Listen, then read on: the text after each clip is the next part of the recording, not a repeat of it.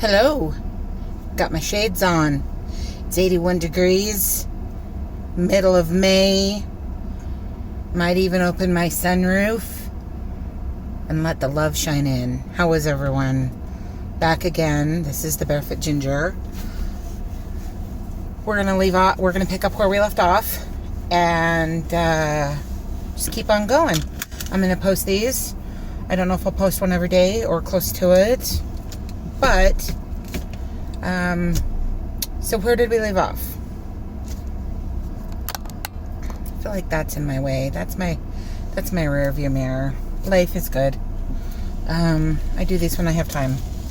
So, anyway, where did we leave off? We were talking about why it's important to teach people the reason behind kindness. And so, I kind of lived my life, being told to be kind, or, Christ will leave your home, but not understanding what that really meant. And so this is part of, religious indoctrination. And again, I'll kind of touch on it this time, once only, just to kind of as an overview. I'm not blaming anyone. I'm not having anyone my goal is not to shame. This is not religious shame. This is not... Traffic is really bad right now. She's letting me in. This is never intended to be about religious shame. This is my journey in a high-demand fundamentalist religion. So we were talking, when I left my last vlog, we were talking about what kindness means and why not teaching children and young adults why it's important to be kind. And also I kind of touched a little bit on teaching people to have conflict resolution skills. So it's kind of where I want to start this time. So when you don't teach a child how to properly resolve conflict, you're opening them up for all kinds of predators. And I don't just mean the bad kind of predators. I mean any predators. I mean emotional predators, emotional vampires, narcissists, sociopaths, psychopaths, anyone really who preys on any kind of weakness. So, and that's kind of how religious kiddos grow up. Religious kiddos grow up not understanding how to properly stand up and set boundaries in a healthy way. So when I married my ex-husband at the ripe old age of 18, I'd only been out of high school for 3 months, and he pulled me away. Right away, he pulled me away. We moved to a tiny little town in Oregon with his parents. That's not always a red flag, guys, but it can be. It often can be. So narcissists love to isolate the people that they're targeting. And so how do you isolate somebody? You take them from everything that is comfortable and you place them in a situation that they have 100% control over. So even though it was his mom and dad's house, he had 100% control over me. I was his brand new young bride. I was on his turf. He was comfortable at his parents' house. He knew their rules. He knew that I didn't know their rules. And so it was just really a great opportunity for somebody who likes to dominate another person to kind of learn how to do that in a really safe space. Safe for them, because narcissism doesn't fall far from the tree. And so, when you have a psychopath for a father, you're going to have a psychopath for a son. Now, I'm not saying he's a psychopath, and I'm saying narcissism. He's never been formally diagnosed with narcissism, so those are my words. Based on all of the narcissistic understanding I have, and I'm also not a therapist, so I'm not officially diagnosing him.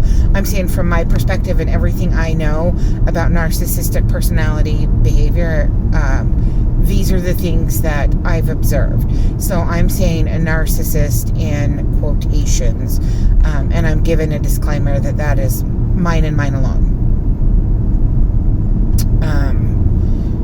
So you take somebody super young who's already religiously indoctrinated, and you move them away from everything that is familiar to them. So now I was completely dependent on him for everything. I was completely dependent on him for emotional support. I was completely dependent on him for financial support, and I was completely dependent on him for social support. And he knew everybody in that church ward, and I knew nobody. So, again, you don't see these red flags when you're young. This is why indoctrinating children at such a young age is so dangerous. Because had I had a firmer understanding, would I have made the same decisions because I was young and horny and thought I was in love? Maybe, but I can't answer that because I don't know. That wasn't my experience. I only had the one experience, and that was 100% obedience. 100% trust. Here's this young man that can take me to the temple. That's really all that mattered. That's really truly all that mattered, right? He took me to the temple. So we lived there for a little while, got an apartment,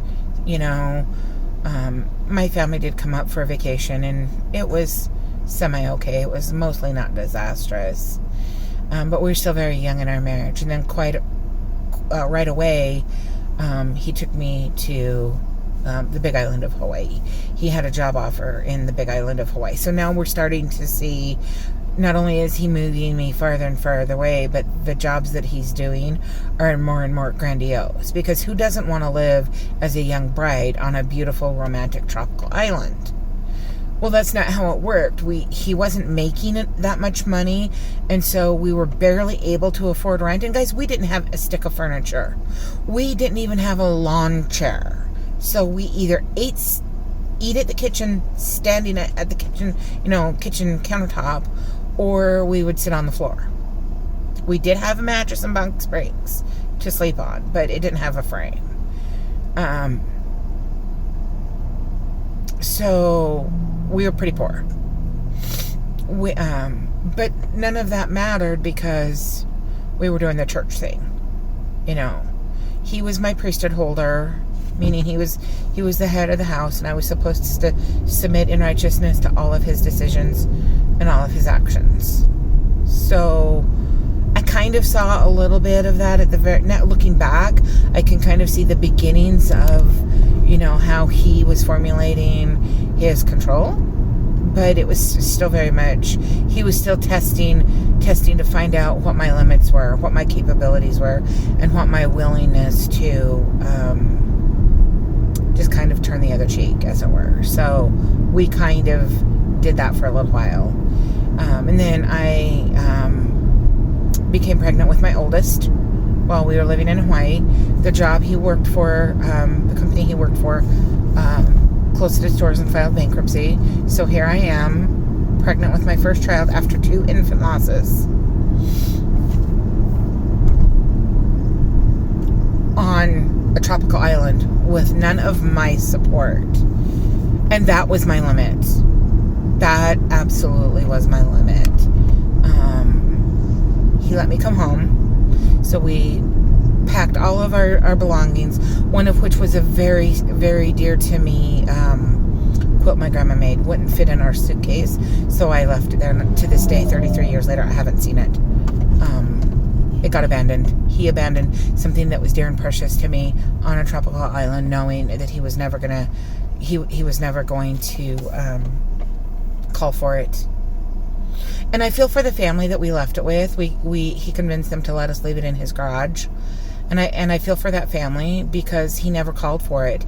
He probably didn't even give them the forwarding address. He tricked them into letting us store our stuff there, with the promise that we would send for our things. We would send them some money to ship us our things within six months. And that was not the first time that he would trick somebody in the church out of, theft it, as it were. So we came back, my family had moved to a different town in Utah. I'm being purposely vague. And I moved in with them. Well, they had a pop-up travel trailer. So we lived in the travel trailer. And I wasn't kind of nice. I was not nice at all. I was scared because I'd already had 2 infant losses. And at this point, now that I was living with my parents, essentially, this was his perfect opportunity to start unraveling my relationship with my family. And it was pretty good.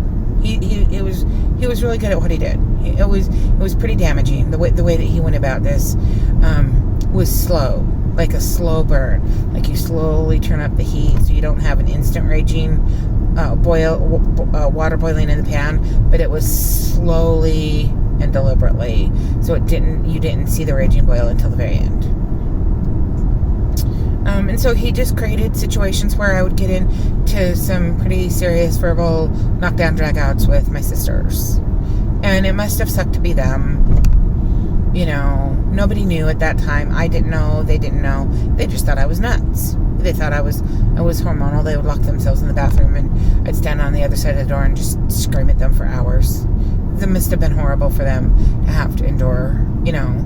I've already apologized. It's over. I won't go back. And if my family's the kind of people who, won't talk about what's going on now, but they like to talk about things like that and bring up, issues that have happened that were hurtful so they can, just keep beating me with the same stick. Anyway, I digress. So I had a healthy baby. He moved me. He got another crappy job in the raw materials construction job, moving rock and gravel and things like that.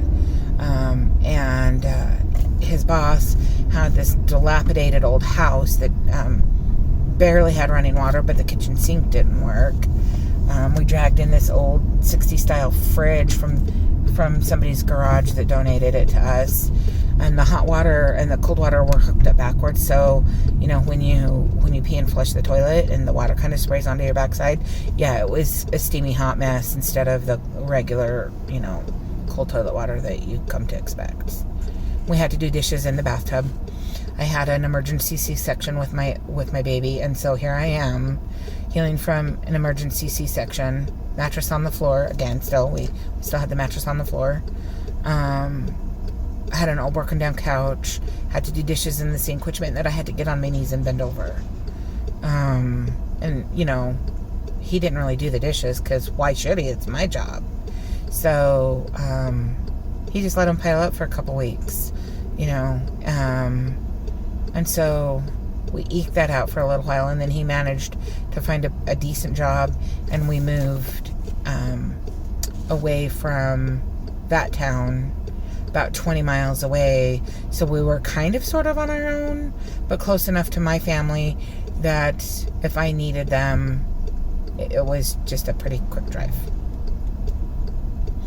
And it was during this time that he started grooming young women. He really was just ratcheting up the narcissistic behavior. What do they call it when there's a name for it, and it escapes me right now. For what they do when they pit one family member against another, and then make it look like one person is crazy. It's very well staged, and for the life of me, I don't remember what they call that. But anyway, nonetheless, that's what he was doing. So on the surface, it looked like I was losing my mind. It looked like I was, I don't know, bipolar or some other style of hysteria, because that's what I was presenting. That's how he was making me feel. He would stir me up. He would tell me things like, oh, your family doesn't love you anymore. Your sister is just angry all the time. She hates you. You shouldn't go over there because every time you go over there, she picks a fight with you. What are you going to do when you believe that one of your family members is out to get you? And that's kind of a side note that she kind of was, but it was a completely, he took advantage of that. That's for another time. You kind of turn into an angry hose beast,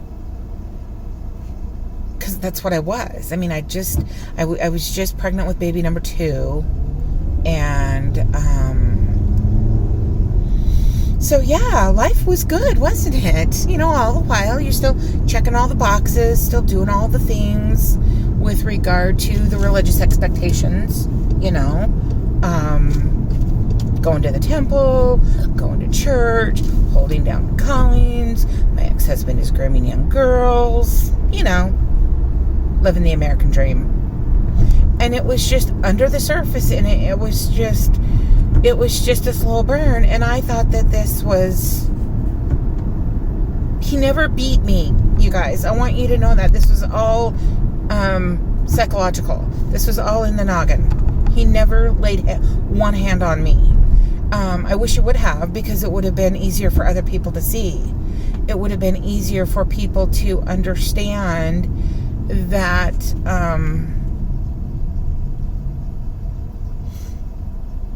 it would have been so much easier for people to understand. Sorry, there's a school bus. That what was going on inside my home and my heart was just a raging storm. It, you know, it's taken me a really long time to undo all that messaging, and there are still people in my world who fundamentally don't really believe it, but nonetheless. So it's just kind of, you know, 14 years of not holding down a job. He had a really, really good job, and he made the best money he's ever made when we were living in this really small town in Utah. I had just had baby number 3, and we actually moved back to the town where my parents lived, and we bought a house. Now here's where it starts to go sideways, because there is no way we could afford this house. We also had a minivan that we couldn't afford. So the other thing that he was really good at, he was actually really, really good at not taking good care of our finances. He was a rock star. We had crappy credit, never paid the bills, struggled to pay the rent. And this was in the early 90s when rent was ridiculously cheap, you know. I think we rented this really big house for like $900, you know. And we couldn't afford it. We could not afford $900 a month. And that's what our mortgage ended up being too, is, you know, we had to get alternative financing because his credit was so bad. I didn't work, so they didn't use my credit because they had to use my income as well as my credit, you know. So we qualified for that first house based solely on his credit, his credit and his income. So we had a really high interest rate. I mean, really high. And in the 90s, I don't remember even what the interest rate was, but I think our interest rate was above 10%. So yeah, it wasn't good.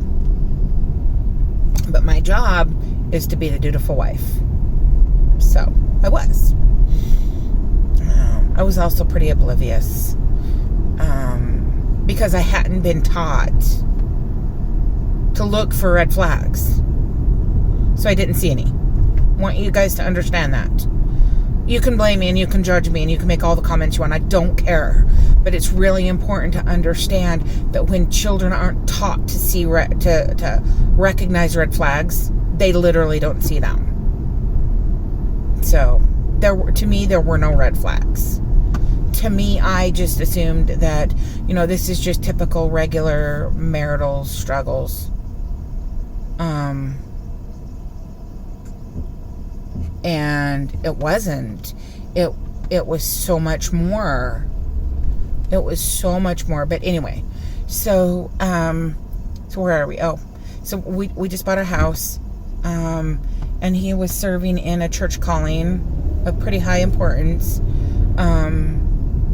He was one of the helpers for the bishop, and that's a pretty big deal. And then he lost his job, because of course he did. And then he found a job driving long haul semis, but they were based out of Columbus, Ohio. So we pack up our house in a U-Haul with only the promise of a job and no housing, because this is how my life was. No housing, right? So off we go from Utah to Columbus, Ohio. who was something like 1,600 miles. I don't know how he made it, because I don't remember having a ton of money, but somehow we managed. So we pull into Reynoldsburg, Ohio, with only the promise of a job and no housing, and 3 little boys in tow. So the only good thing that this ward bishop did was pay for our first month's rent and security deposit for an apartment. And I'm pretty sure the only reason he did it is because we had 3 very vulnerable little boys. And just vulnerable because they're children. They're tiny children. They were tiny babies. My youngest, I think, was 4, and my oldest was 8, I think. Maybe not quite that old. And so off we go to Ohio. So we get settled in this apartment.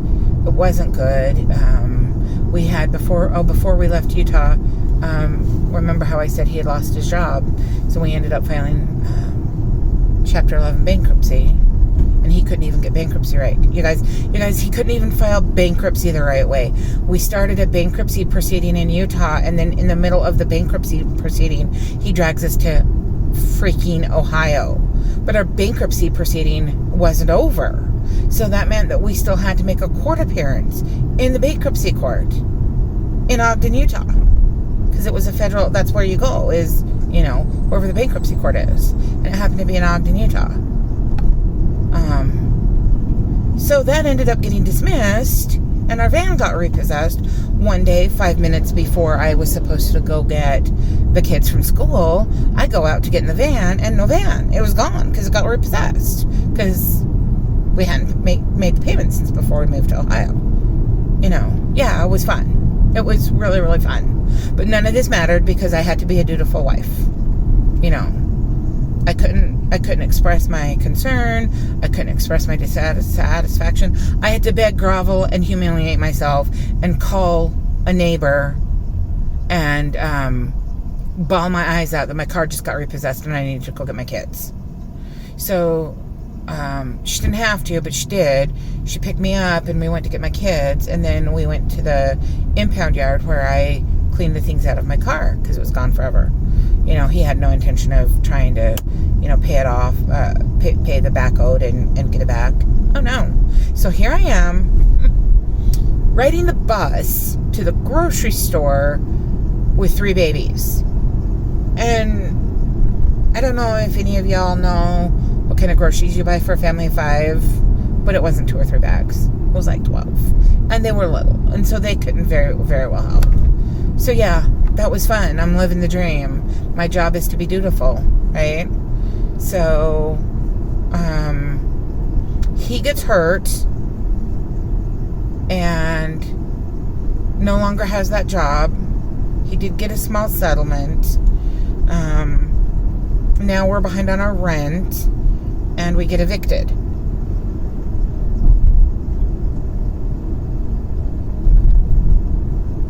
And it wasn't just an eviction. The sheriff came to evict us. I have never felt less of a human in my entire life. And I had some health issues, some serious health issues. I had a surgery that nearly took my life.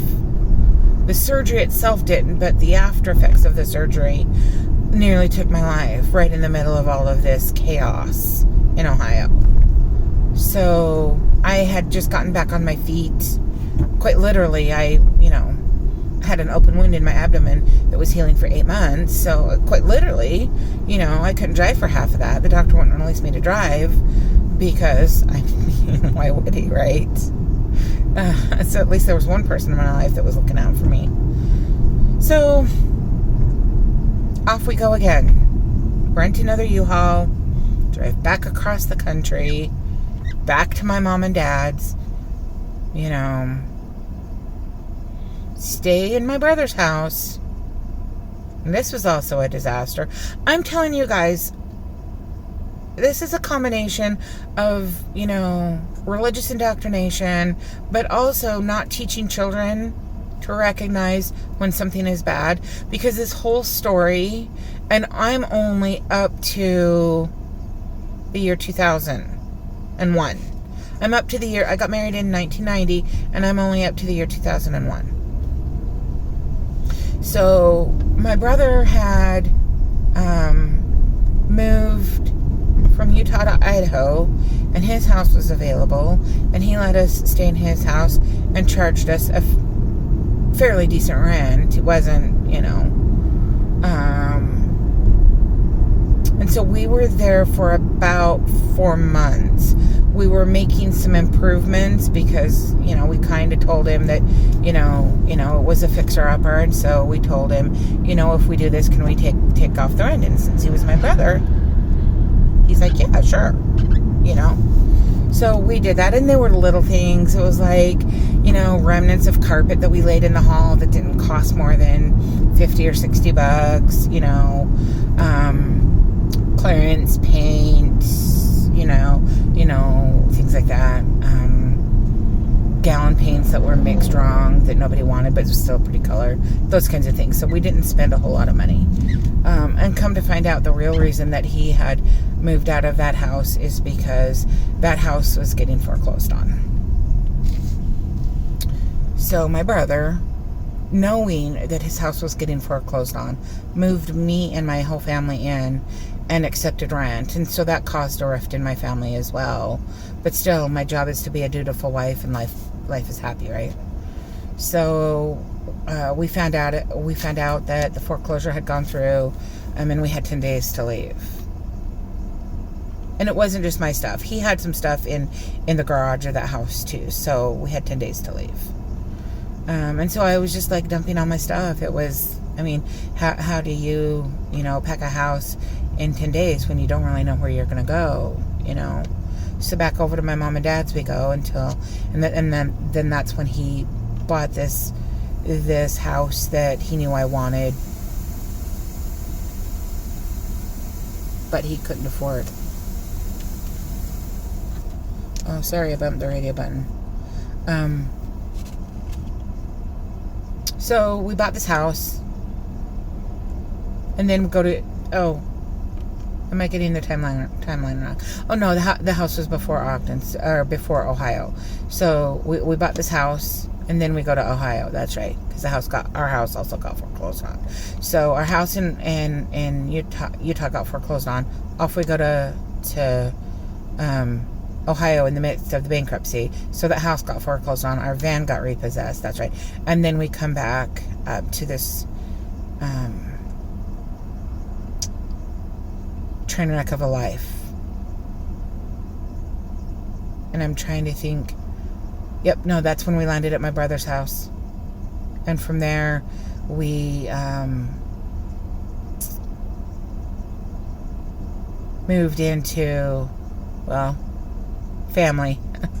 My little sister had just gotten married, and they had also moved to Idaho. So my family was slowly making the sojourn from Utah to Idaho, because I do have roots here in Idaho. So off she goes, and her house is available. So we rent her house, and this time they did it right. They put it up for rent through a property management company, and so that was all done square and proper, and I didn't have any problem with that.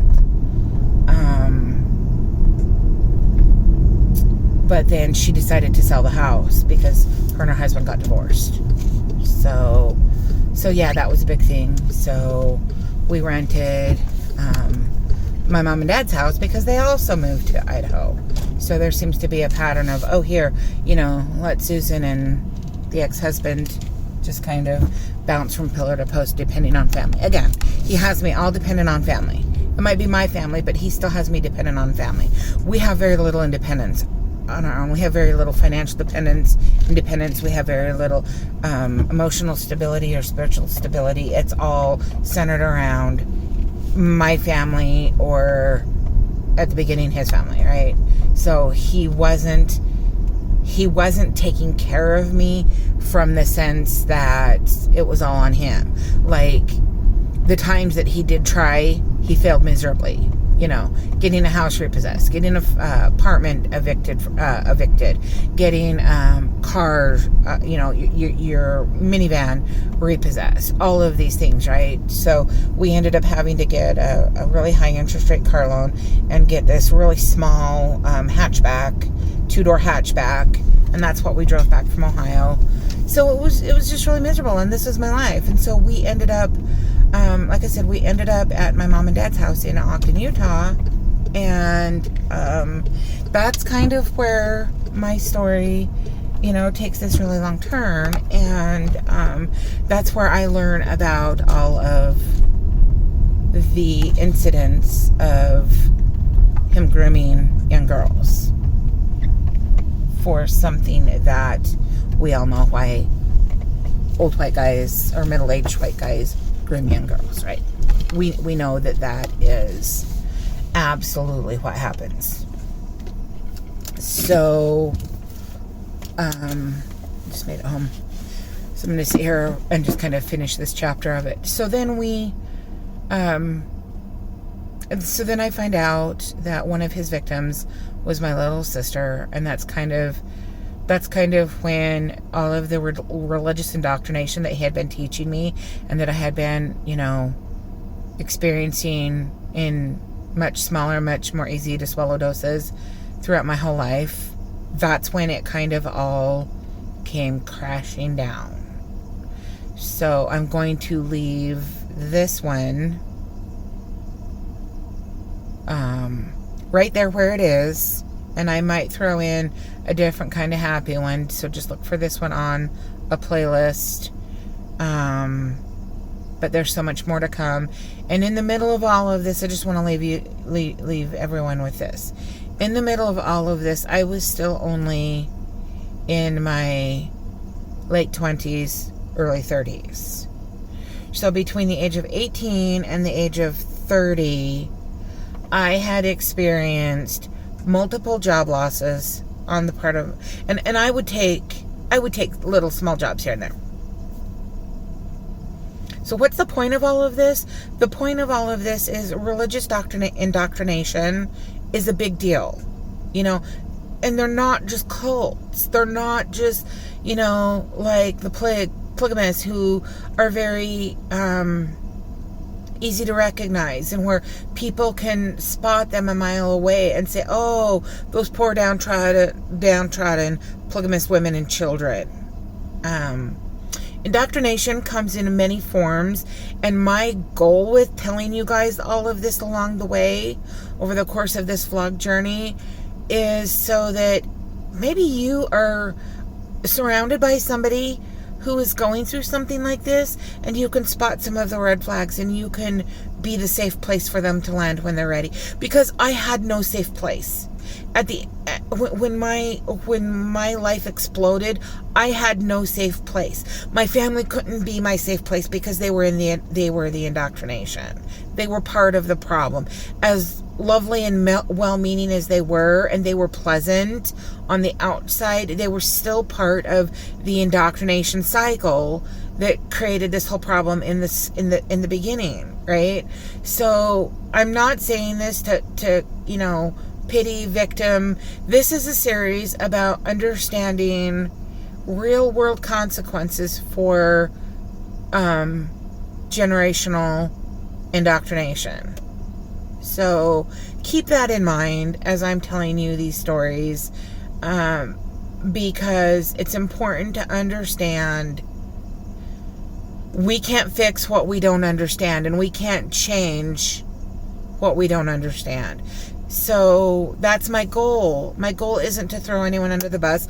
I'm not listing names. I'm not, disparaging anyone's character. I'm simply saying this is my lived experience. This is how it worked in my world, and it's important that this, be brought out into the open now that I've had quite some time to heal and grow from it.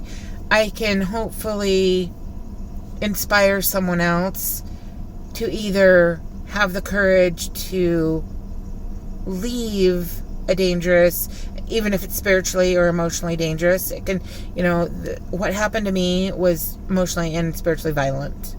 Let's make no mistake about it. DV is violence, and what happened to me is legally defined as DV. As much as I hate using initials, it's the game we play.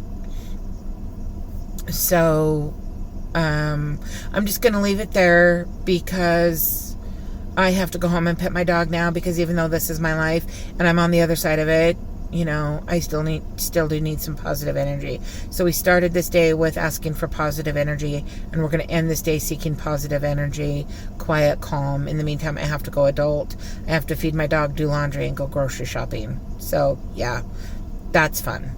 All right, we're going to pick this up with vlog number 3, and we're going to talk about how my life fell apart when I discovered that my now ex-husband, but then husband, was grooming young girls.